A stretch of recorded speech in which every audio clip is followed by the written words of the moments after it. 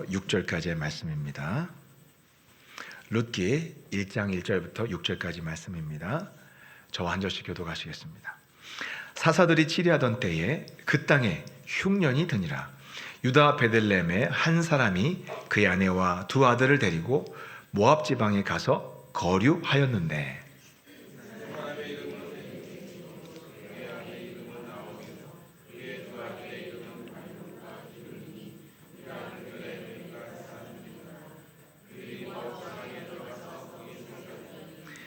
나오미의 남편 엘리멜렉이 죽고 나오미와 그의 두 아들이 남았으며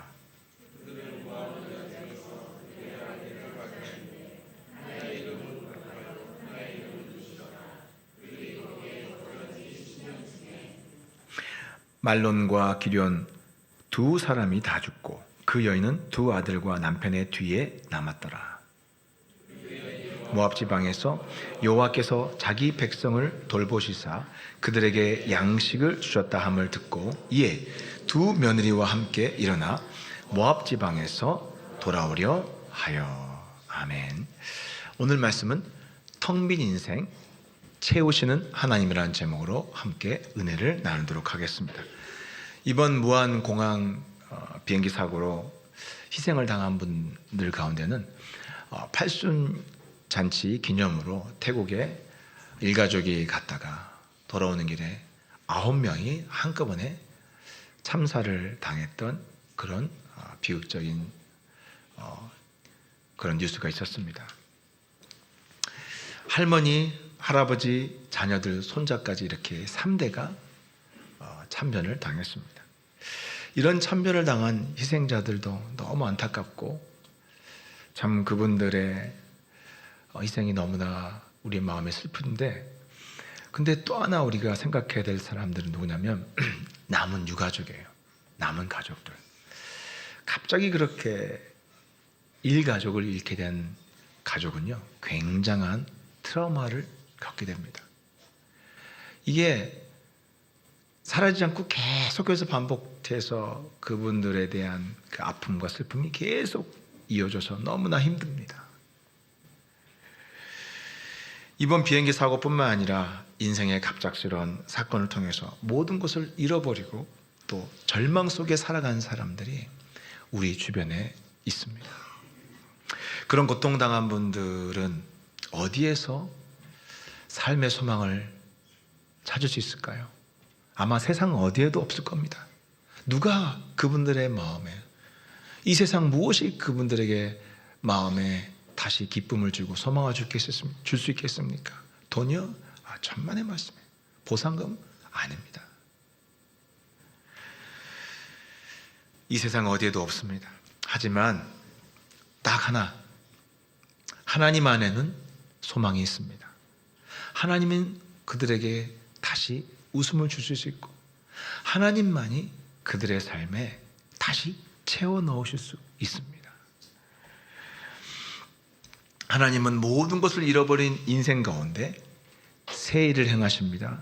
그리고 그 인생 안에 잃어버렸던 것들을 다시 하나씩 채워 나가시는 분이라는 것을 믿으시기 바랍니다. 여러분, 그게 바로 하나님의 구원입니다.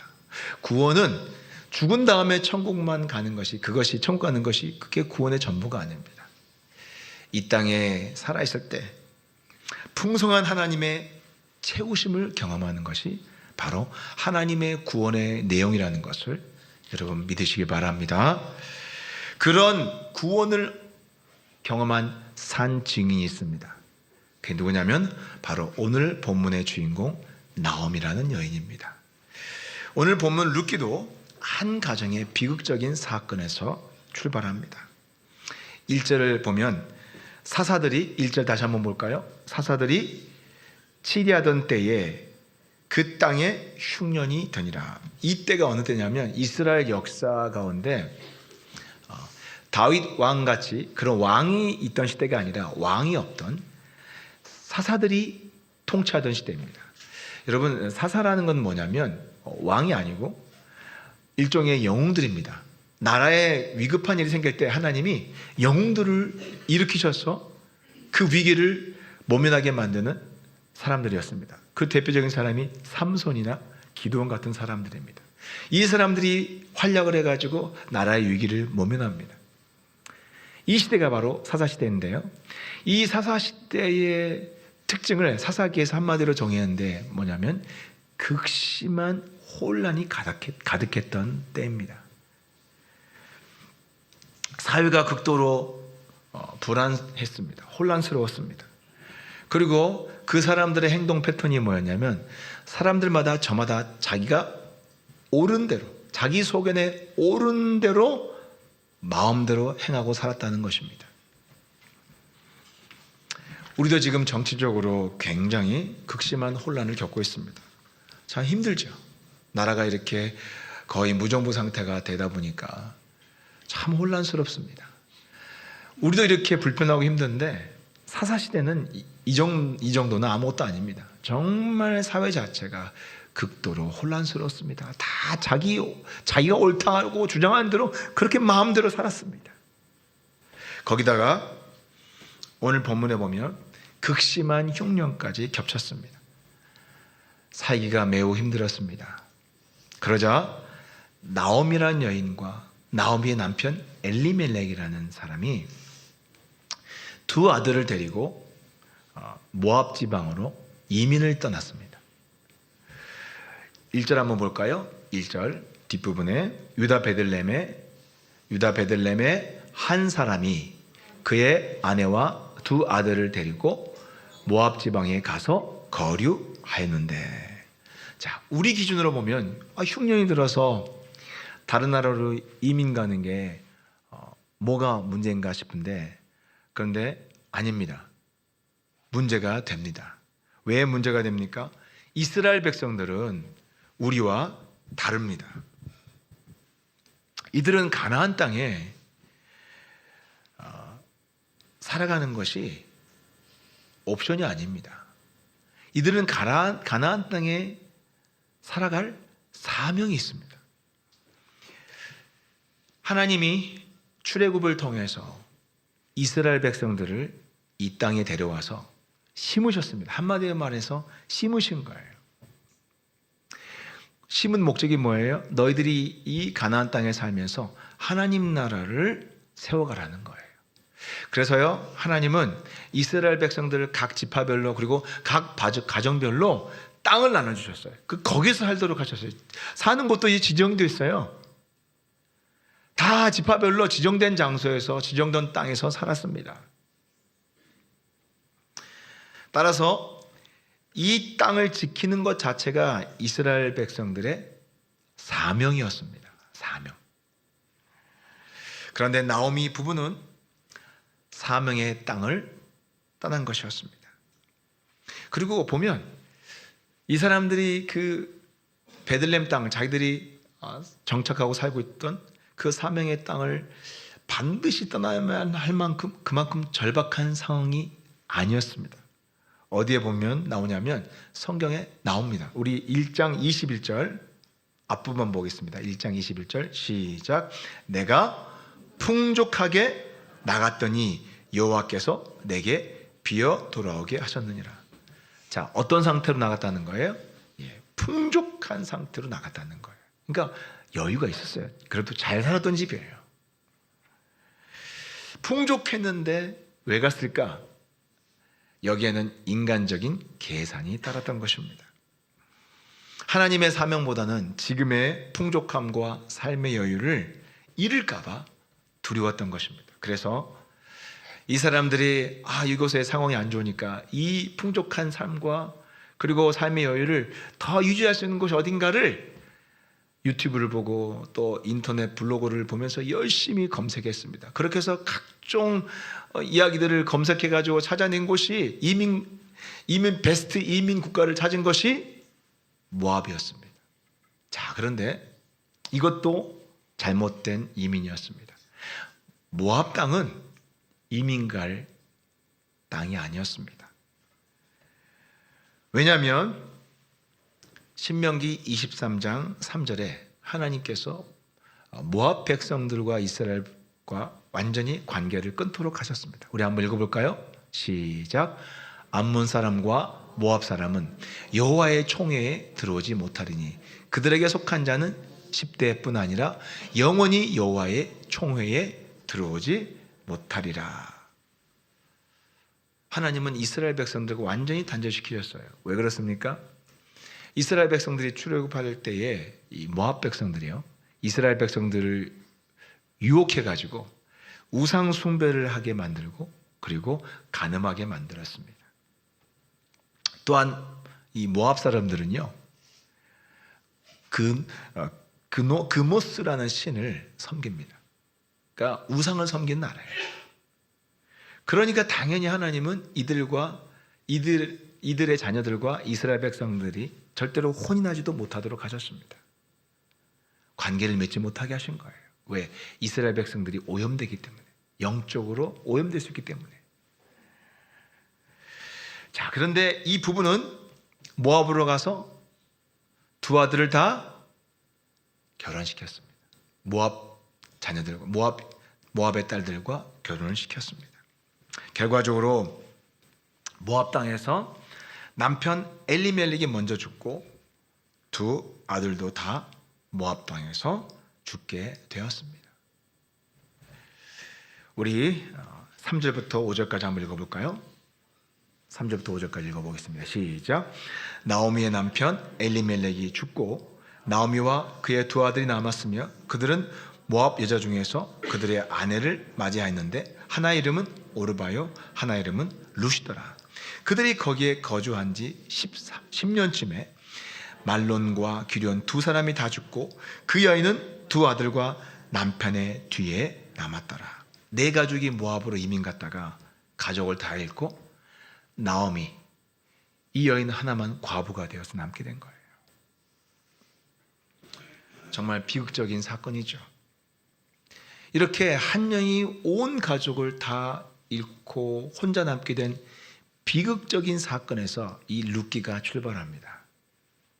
그때 나오미의 심정은 잘 살려갔다가 남편과 두 아들 다 잃어버린 이 나오미의 심정은 마치 이번 무안공항 비행기 사고로 일가족 9명을 잃고 그 남은 유가족이 비통하며 슬퍼하는 그 마음과 아마 똑같을 거예요. 혼자 남은 나오미의 인생은 앞으로 무슨 재미가 있겠습니까? 그리고 무슨 소망이 있겠습니까? 아무런 기쁨도 그리고 아무런 소망도 없을 것이고 그리고 앞이 깜깜했을 것입니다. 자, 그런데 우리가 나오미 가족의 비극을 보면서 이 본문을 읽으면서 조심해야 될 부분이 있습니다. 뭐냐면 어떤 분들은 나오미 가족들에게 왜 이런 일이 일어났을까를 지나치게 묵상하는 분들이 있습니다. 왜 이런 일이 일어났을까요?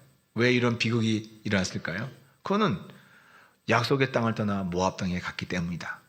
또 여기에 이렇게 막 설명하시는 분도 있고 또 모압의 딸들과 결혼한 것 때문에 그런 일을 당했다. 또 여기에 깊이 묵상하는 분들이 있어요.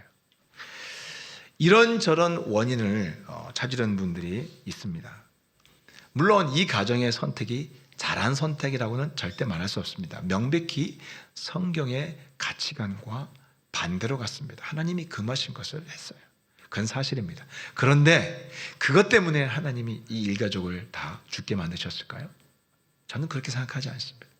그것보다 더 나쁜 일을 해도 다 살아요. 그리고 이 가족이 모압 땅에 가지 않았다고 이런 사건들을 겪지 않게 될까요? 아닙니다. 룻기를 자세히 보면 나오미 가족의 비극이 왜 일어났는가에 대해서는 철저하게 침묵하고 있습니다. 하나님이 튀셨다거나 또 하나님께 심판을 받았다라는 그런 객관적인 언급이 없습니다. 일반적으로 성경에서 주인공의 가족이나 또 가문이 몰락한 사건을 기록할 때는 그 몰락한 사건의 원인이 무엇인지를 그 성경에 짤막하게 기록을 합니다. 왜 그렇죠? 왜냐하면 성경의 기록 목적이 후대에 교훈을 주기 위한 거예요. 이러이러한 일을 하게 되면 이런 심판이 있고 이런 재앙이 따른다는 것에 대해서 기록을 남겨서 경계하게 하려는 거예요. 여러분 보시면 엘리 가문의 몰락은 왜 몰락했습니까? 여호와의 제사를 멸시했기 때문이라고 기록되어 있습니다. 자, 그리고 또 고라 가문의 몰락은 왜 몰락했습니까? 반역했기 때문입니다. 또 그리고 사울의 가문은 왜 몰락했습니까? 하나님 말씀에 불순종했기 때문입니다. 이렇게 몰락의 원인을 명확하게 알려줍니다. 왜요? 후대 사람들이 이 성경에 기록된 인물의 삶을 통해서 배우게 하기 위한 거예요. 그런데 룻기는 시작부터 나오미 가족의 비극을 아주 짧게 소개하면서 시작합니다. 그러면서도 왜 나오미의 가족이 그런 비극을 겪게 되었는가에 대해서 일체 그 배경을 설명하지 않습니다. 그 원인에 대해서 조금 더 언급하지 않습니다. 침묵합니다. 그리고 오히려 반대로 룻기는 모든 것을 잃어버린 나오미를 하나님이 어떻게 다시 하나하나 그의 인생을 회복시켜가는지에 대해서 더 집중적으로 이야기하고 있습니다. 또 슬픔의 여인 나오미를 하나님이 어떻게 다시 웃게 만드시는가에 초점을 두고 기록을 하고 있는 것을 우리는 살펴봐야 됩니다. 이 룻기를 읽으면서 거기에 초점을 두고 읽어야 돼요. 벌써 1장 이 5절까지 기록해서 왜 이런 일이 났을까? 여기에 여러분이 아무리 연구해도 답이 없어요. 알 수 없어요.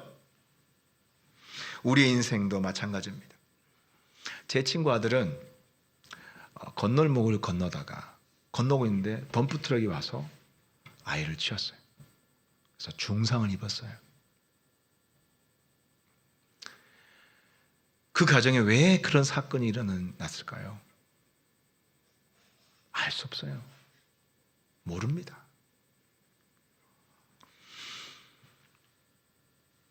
그때 왜 우리 집에 그런 사고가 일어났을까? 그때 왜 나는 그런 사기를 당했을까? 그때 왜 그런 바보 같은 선택을 나는 해야만 했을까? 우리는 자꾸 과거의 그때를 생각하면서 분노하고 좌절하고 또 누구 책임인가를 따지면서 원망하며 살아가는 일이 참 많습니다.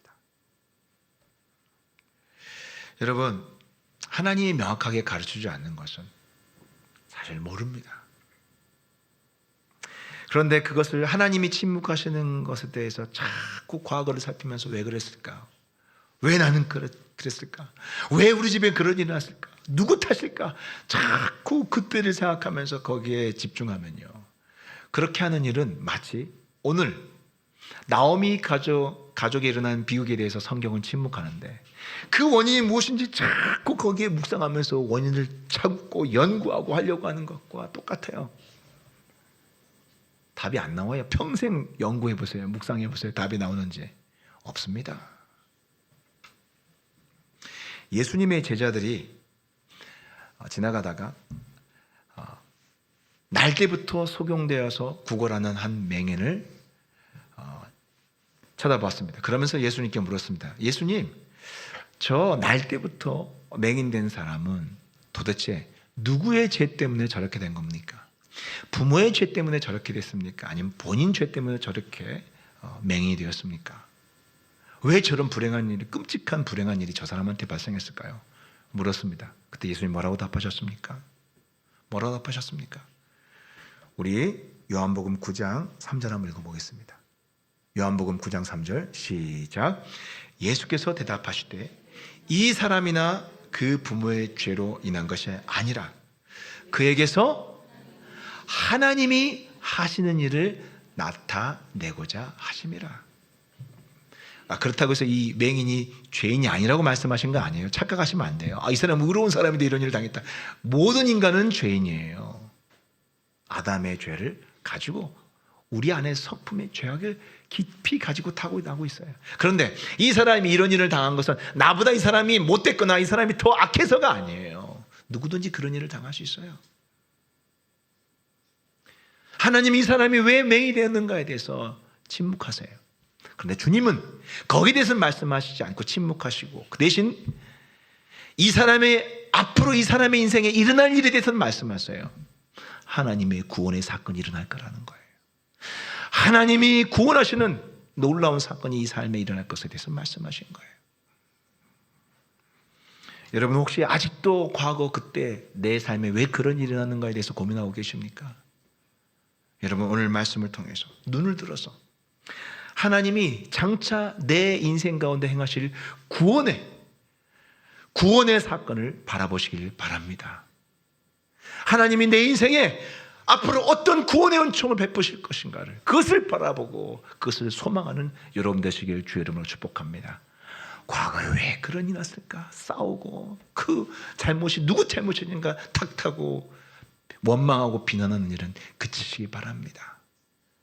자꾸 과거를 돌아보면서 좌절하고 분노하는 그리고 무기력하는 여러분 되지 않기를 주의 이름으로 축복합니다. 그래서 룻기를 주신 거예요. 하나님 어떤 분이세요? 여러분의 미래에 구원의 일을 행하실 것입니다. 그것을 믿으시기 바랍니다. 모든 것을 잃어버렸던 나오미 인생에서 전환점이 된 사건은 무엇입니까? 우리 6절 한번 읽어볼까요? 6절 다 같이 한번 읽어보겠습니다. 시작. 그 여인이 모압 지방에서 여호와께서 자기 백성을 돌보시사 그들에게 양식을 주셨다 함을 듣고 이에 두 며느리와 함께 일어나 모압 지방에서 돌아오려 하여. 이렇게 모든 것을 잃어버렸던 나오미가 참 한 가지 잘한 게 있어요. 그냥 절망하고 좌절하고 자포자기한 것이 아니라 베들레헴에서 들려온 하나님의 구원 소식을 듣고 즉시 일어나서 그가 약속의 땅으로 돌아왔다는 것입니다. 이건 정말 잘한 거예요. 여러분 우리도 누구나 다 넘어질 때가 있어요. 그렇죠? 슬픔에 빠질 때가 있고 또 방황할 때가 있어요. 그리고 시험에 드는 때가 있어요. 그리고 인생의 문제에 빠져서 허우적거릴 때가 있습니다. 그런데 여러분 이걸 아세요? 이걸 기대하세요. 이걸 믿으세요. 하나님은 어느 순간 반드시 여러분의 인생에 구원의 소식을 들려주실 것입니다. 누군가를 통해서 꼭 누군가를 보내세요. 지인이든 모르는 사람이든 간에 정말 희한한 계기를 통해서 누군가를 통해서 내게 하나님에 대한 이야기를 듣게 하시고 약속의 말씀을 듣게 하시고 누군가의 간증을 듣게 하셔서 나로 하여금 하나님께로 확 이끄신다는 거예요. 여러분 중에 아마 절망에 빠졌다가 그 나오미처럼 누군가로부터 들었던 하나님의 구원 소식을 듣고 또 간증을 듣고 힘을 내서 하나님께로 나오신 분들이 있을 거예요. 그런 일들이 반드시 하나님의 택한 백성에게는 일어난다는 사실입니다. 어떤 성도님은 가게에서 장사를 하는데 이분이 되게 영적으로 힘드셨어요. 그런데 가게에서 장사를 이렇게 이제 매장이 있는데 하필 그날 그 손님 중에 우리 교회 성도님이 거기에 가서 계신 거예요.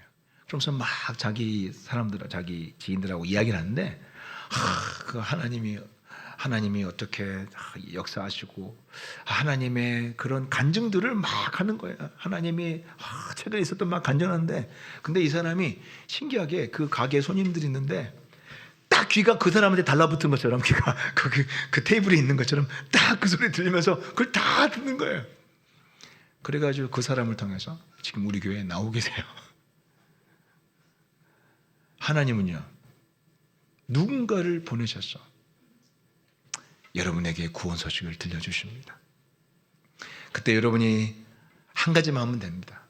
뭡니까? 들을 때에 즉시 일어나서 하나님의 공동체로 나오시기 바랍니다. 그러면서 합니다. 일단 하나님께로 나오면서 합니다. 무조건 예배 자리에 나와야 합니다. 나오면 정말 신기한 일이 일어납니다. 전에 심각한 불면증으로 매일 약을 먹어도 불면증 때문에 잠을 못 자던 어떤 분이 우리 교회에 나오셨습니다. 그 사람에게 누군가가 교회에 나오면 좋아질 수 있다 하니까 이분이 이제 교회를 나온 거예요.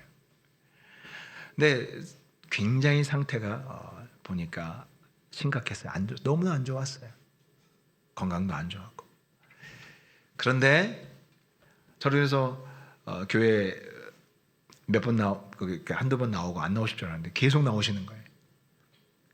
나중에 들어보니까 이분이 교회에 나오면 그 주간에 잠을 잘 잔다는 거예요.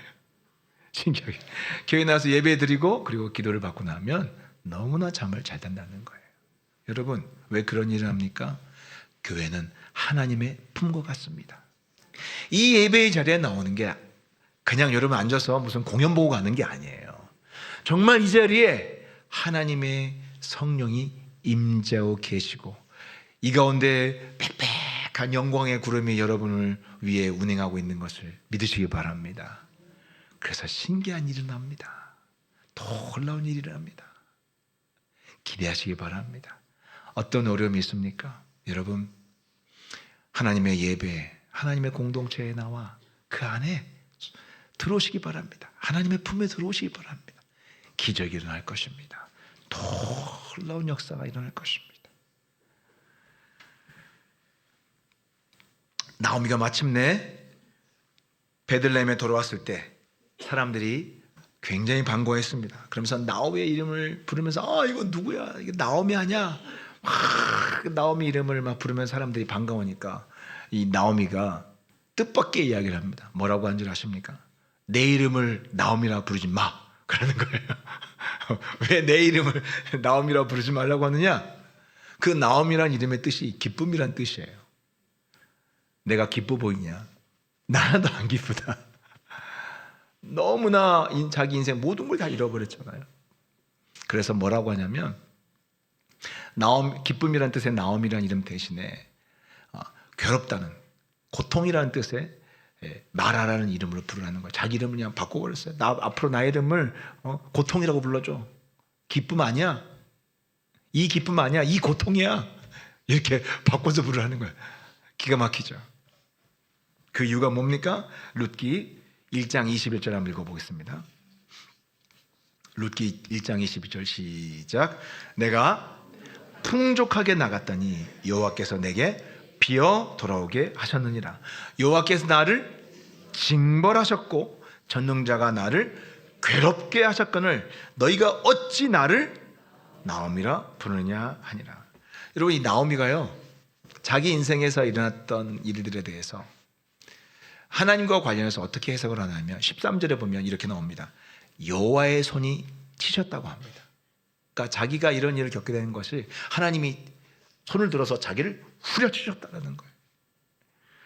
그리고 오늘 21절에 뭐냐면 하나님이 징벌하셨고 또 자기를 괴롭게 하셨고 그리고 또 이제는 완전히 비워버리겠다는 건 빈손, 그 영어로 empty죠. 텅 빈, 인생에 다 털려서 아무것도 안 남은 텅 빈 손이 됐다는 거예요. 하나님이 자기에게 그렇게 하셨다는 거예요.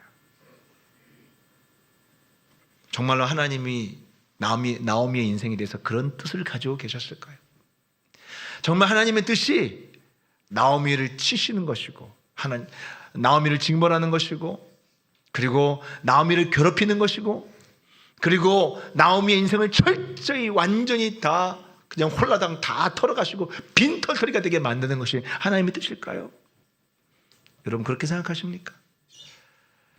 성경은 아니라는 거예요. 그리고 왜 아닌지 그것이 1장에 바로 이제 여기서 끝나는 거예요. 나오미가 하는 고백. 하나님이 다 털어가셨다. 그런데 2장부터 4장까지 내용이 뭔지로 아세요? 그게 아님을 증명하는 내용이에요. 2장부터 4장까지 하나님이 텅 비었다고 말하는 빈털터리가 되었다고 말하는 나오미의 인생에 이제 하나씩 다시 채워가는 이야기가 2장부터 4장까지의 내용이에요.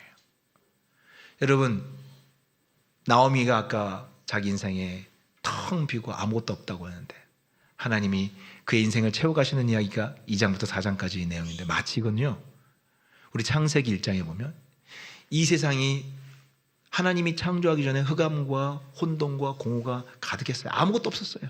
근데 하나님이 어떻게 이렇게 아름다운 세상을 만드셨어요? 하나님이 빛이 있으라 하시고 빛을 만드시고, 또 하늘에 해와 달, 별들 만드시고, 그리고 땅을 만드시고, 이 땅 속에 이렇게 아름다운 식물과 동물들을 하나씩 하나씩 채워내셔서 이렇게 아름다운 세상을 만드신 거예요. 창조하신 거예요. 여러분, 나오미의 인생, 텅 비어버린 나오미의 인생. 근데 그 나오미가 그 텅 비게 된 것이 사실 그게 하나님이 그렇게 해서 다 비워버리신 게 아니에요. 사실은 인간은요, 죄 때문에요. 다 죄인이에요. 우리의 죄 때문에 사실은 우리는 시간 차의 문제지, 우리는 늘 고통과 아픔 속에 살게 돼 있어요. 많이 벌어도 갑자기 몸이 아파가지고 쓰지도 못하고 죽는 것이 인생이에요. 허무한 것이 인생이에요. 그런데요, 구원을 받으면 하나님의 자녀들에게는요, 하나님이 어떤 일을 행하세요? 새롭게 그 인생의 창조의 역사를, 마치 이 세상을 창조하듯이 그 인생의 새로운 창조를 행하셔서요, 하나씩 하나씩 그 인생 가운데 채워넣으시는 거예요. 나오미의 인생을 그렇게 하셨습니다. 그의 인생의 새로운 창조로 하나씩 하나씩 채워넣으십니다. 어떻게 채워넣는지 한번 살펴볼까요? 자, 첫 번째 하나님이 채워넣으시는 그 통로는 누구냐면 바로 이방인 며느리 룻을 통해서입니다. 며느리 룻을 통해서 하나님은 채우기 시작하십니다. 나오미가 베들레헴으로 돌아가겠다고 하고 두 며느리에게는 이제 너희는 외국인이니까 너희 땅에 살아라. 나 혼자 고국으로 귀국하겠다. 그랬더니 그 며느리 중에, 두 며느리 중에 룻이라는 며느리가 아닙니다. 어머니, 제가 어머니를 따라가겠습니다. 어머니 곁을 지키겠다고 이야기합니다. 우리 룻기 1장 16절 한번 볼까요? 룻기 1장 16절 시작. 어머니께서 가신 곳에 나도 가고 어머니께서 머무시는 곳에서 나도 머물겠나이다. 어머니의 백성이 나의 백성이 되고 어머니 하나님이 나의 하나님이 되시리니. 그러니까 이 모압 며느리가 이제부터 어머니 하나님을 믿고 신앙도 개종을 하는 거예요. 금오스 신에서 이제 여호와를 믿게 됐다는 거예요. 그리고 더 중요한 건 뒤에 뭐라고 합니까? 이제 나의 어머니를 모시겠다는 거예요. 내가 어머니의 뭐가 되겠다고요? 딸이 되겠다는 거예요. 자식이 되겠다는 거예요. 나오미가 전혀 생각지도 못한 일입니다. 두 아들을 잃었는데 이제 딸이 하나가 생긴 거예요. 누구를 통해서요? 며느리 룻을 통해서요. 이것은 시작에 불과합니다. 자, 하나님이 첫 번째로 자식을 하나 만들어 주셨어요. 두 번째는 뭐냐면 보아스라는 사람을 통해서 또 하나님이 채우십니다. 보아스라는 사람은 베들레헴에 사는 사람인데 이 나오미의 남편 엘리멜렉과 친척입니다. 근데 이 사람은 그 베들레헴의 유력자였어요. 큰 부자였어요. 힘 있는 사람이었어요. 그런데 보아스가 자신의 며느리 룻과 결혼을 하게 돼요. 그러니까 이제 딸이라고 그러잖아요. 딸. 며느리가 아니라 딸이잖아요. 그러니까 자신이 사위가 된 거예요. 사위가 되면서 이 사위가 했던 가장 중요한 역할이 뭐냐면, 이 과부는 뭐가 문제입니까? 이 고대 사회에서 과부는요, 굶어 죽기 딱 쉬워요. 가장 취약계층이에요. 노후가 어찌 될지 모르는 사람들이에요. 그런데 이 사위 보아스가 노후를 책임집니다. 남편 엘리멜렉의 빈자리를 이 사위가 딱 채워주면 남편 역할을 해주는 거예요. 자신의 모든 노후를 이 보아스가 다 책임져 주는 거예요.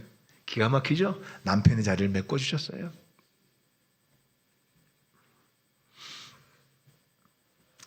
게다가 또 룻이 보아스와 사이에서 자식을 낳았는데 그 자식의 이름을 뭐라고 짓냐면 오벳이라고 짓습니다. 오벳.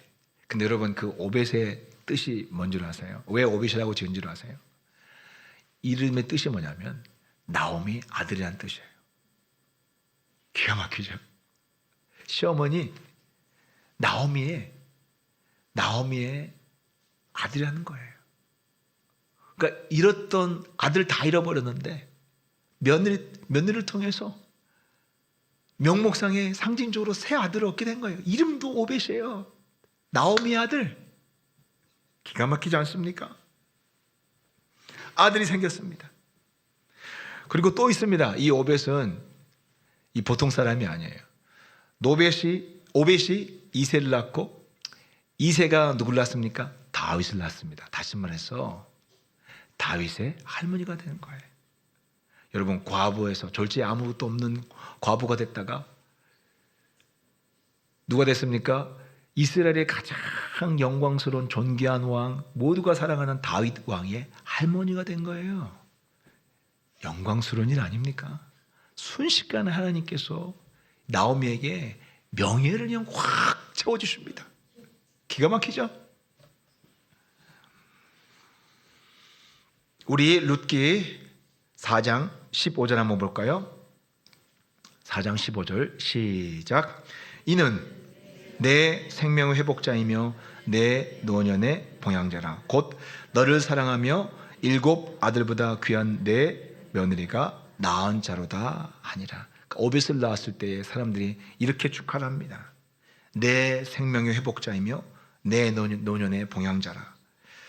곧 너를 사랑하며, 우리 다시 한번 보여주실래요? 4장 15절 시작. 이는 내 생명의 회복자이며 내 노년의 봉양자라. 곧 너를 사랑하며 7 아들보다 귀한 내 며느리가 낳은 자로다 하니라.